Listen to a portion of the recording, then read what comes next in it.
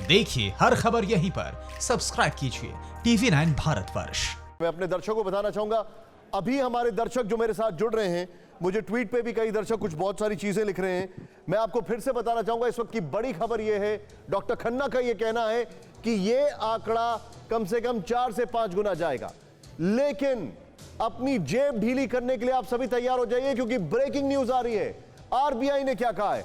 RBI ने कहा है कि पिछली छमाही में, जरा ध्यान से देखिए, इस वक्त की बड़ी खबर मैं आपके सामने ला रहा हूं। आरबीआई की ब्रेकिंग न्यूज फ्लैश करें।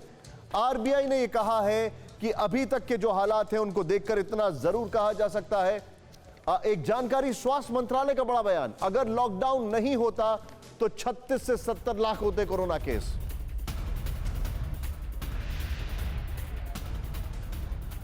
अगर लॉकडाउन नहीं होता तो 36 से 70 लाख होते कोरोना केस।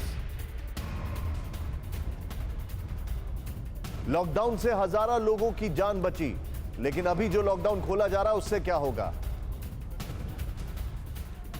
अब मैं सीधे निकलूंगा, मैं आपको आरबीआई वाली जो बड़ी खबर है वो बताना चाहूंगा।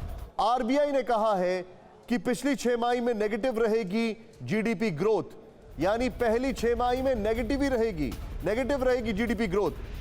खाद्य महंगाई दर बढ़कर 8.6%, इन्फ्लेशन, औद्योगिक उत्पादन में 17% की गिरावट, नौकरियां जाएंगी नहीं जाएंगी। सीधे इस ब्रेकिंग से निकलिए, मैं बिग बॉल पर कुछ दिखाना चाहूंगा और अपने खास मेहमानों के पास आना चाहूंगा। सीधे हम इस ब्रेकिंग से निकलते हैं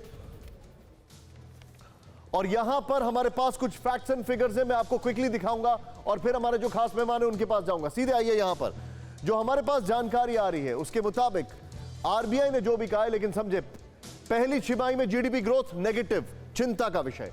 दूसरा, आर्थिक विकास दर 1.2% रहने की संभावना।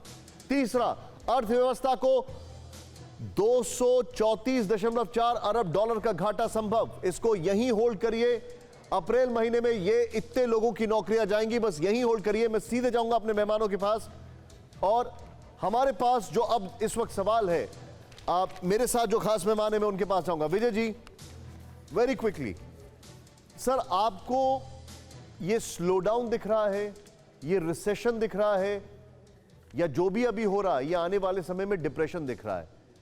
क्योंकि जो लोगों की नौकरी जा रही है वो ये जानना चाहते हैं कि अब ये हालात कितने दिन तक खराब रहेंगे। आप अर्थशास्त्री हैं, आपसे बेहतर कौन बता सकता है? बहुत महत्वपूर्ण सवाल है आज के हालात को देखते हुए। अभी जो डॉक्टर साहब ने कहा, मैं वहां से एक लाइन जोड़ने इसके बाद फिर मैं इकोनॉमी पे आता हूं, क्योंकि उसका ताल्लुक उससे है। डॉक्टर साहब ने जो कहा कि 4 से 5 गुना होंगे, मुझे लगता है उससे ज्यादा होंगे। कारण ये है, जो डर मुझे वो ये है कि केओस तो अभी आना बाकी है। जब लॉकडाउन खुलेगा और जिस तरह से हम लोग आज भी इनडिसिप्लिन वे में बाजारों में घूम रहे हैं, पान की दुकान पे बैठे हैं, दुकानों पे बैठे हैं, हम लोग सुधरने वाले नहीं है, हम सिर्फ बीमारी फैलाएंगे।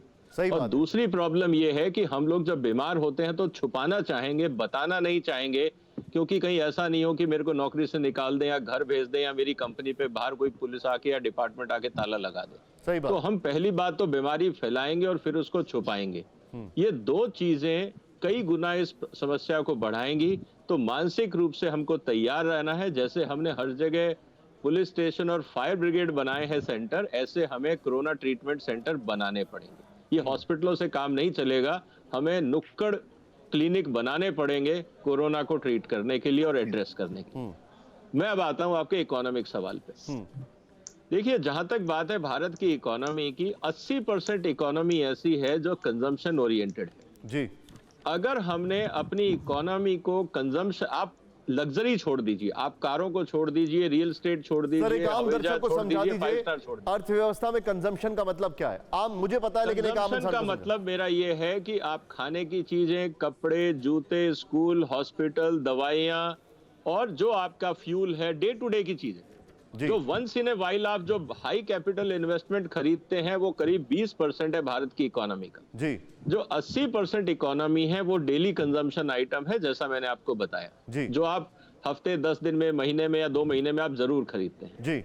तो आप 80% इकोनॉमी में हैं।